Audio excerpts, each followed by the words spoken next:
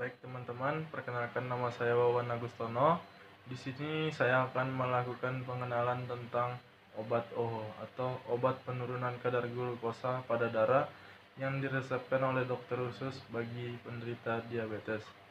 Kemudian sebelum meminum obat OHO perlu diperhatikan beberapa hal dalam kaitan dengan obat OHO yang diresepkan oleh dokter.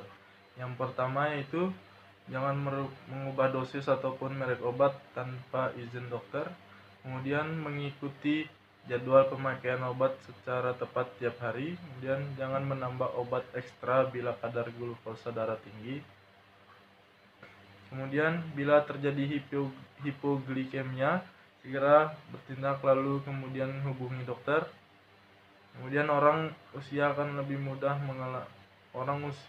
lanjut usia akan lebih mudah mengalami hipoglikemia, terutama bila mereka tidak akan tahu fungsi hati dan fungsi ginjal terganggu atau memakai obat lain yang berinteraksi dengan OHO. Kemudian untuk jenis obat OHO sendiri itu dibagi menjadi dua kelompok. Yang pertama, obat yang memperbaiki kerja insulin. Kemudian yang kedua, obat yang meningkatkan produksi insulin. Untuk jenis-jenis obat yang memicu produksi insulin itu di sini ada contohnya sulfonylurea. Obat ini digunakan dalam menangani hipoglikemia pada penyandang diabetes mellitus tipe 2 selama lebih dari 40 tahun.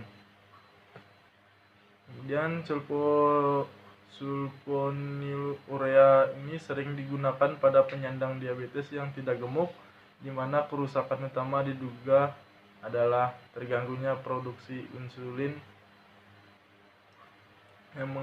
tapi masih memiliki sel beta yang dapat berfungsi dengan baik.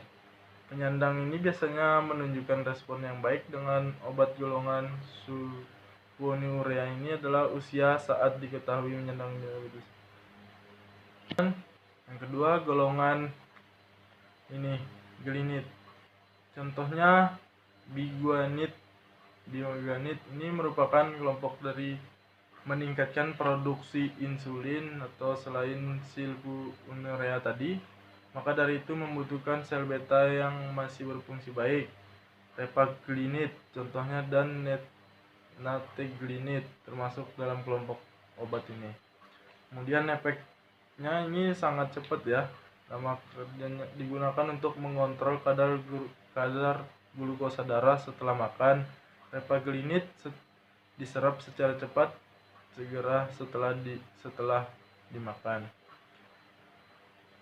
Kemudian ini yang selanjutnya ada obat untuk meningkatkan kerja insulin atau sensitivitas terhadap insulin. Ini biguanid ya teman-teman. Di sini senyawanya itu ada metformin, adalah satu-satunya biguanid yang tersedia saat ini. Di sini fungsinya itu untuk penyandang diabetes gemuk yang mengalami penurunan kerja insulin. Kemudian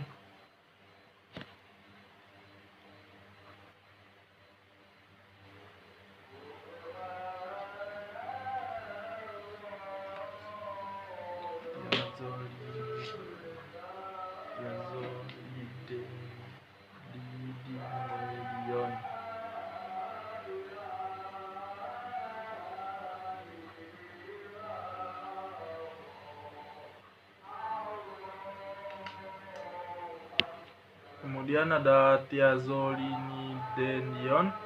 Terdapat dua jenis thiazolidinium di Indonesia, yaitu rosiglitazone dan pioglitazone.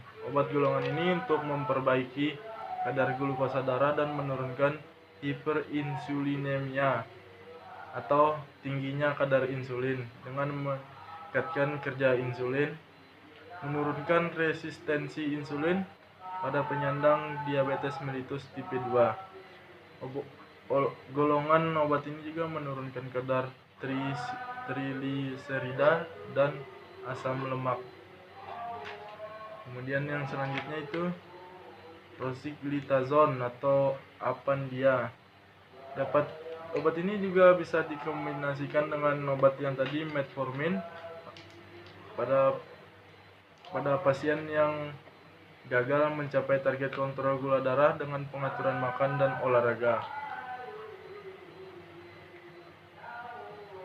Kemudian obat ini juga itu pioglitazone, ini juga bisa diberikan untuk meningkatkan kerja insulin atau sensitivitas insulin.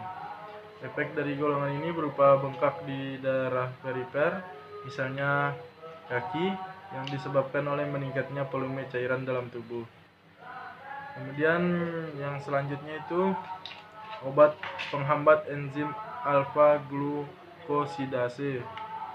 Itu menghambat kerja enzim alfa glukosidase seperti akarbose, menghambat penyerapan karbohidrat dengan menghambat enzim disakarida di usus.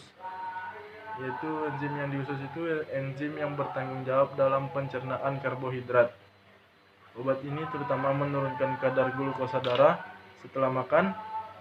Efek samping dari obat ini yaitu kembung, buang angin, dan diare. Obat ini lebih efektif dikonsumsi bersama dengan makanan yang lain. Untuk dosis pemberian OHO setelah obat tertentu dipilih untuk penyandang diabetes, biasanya pemberian obat dimulai dari dosis terendah, kemudian dinaikkan secara bertahap setiap 1-2 minggu hingga mencapai kadar glukosa darah yang memuaskan atau dosis hampir maksimal. Jika dosis hampir maksimal namun tidak menghasilkan kontrol kadar glukosa darah yang memadai, maka dipertimbangkan untuk diberikan obat kombinasi atau insulin. Untuk keuntungannya, tidak ada keuntungan menggunakan 2 OHO dari golongan yang sama secara bersamaan. Itu saja dari saya, teman-teman, tentang pengenalan obat OHO.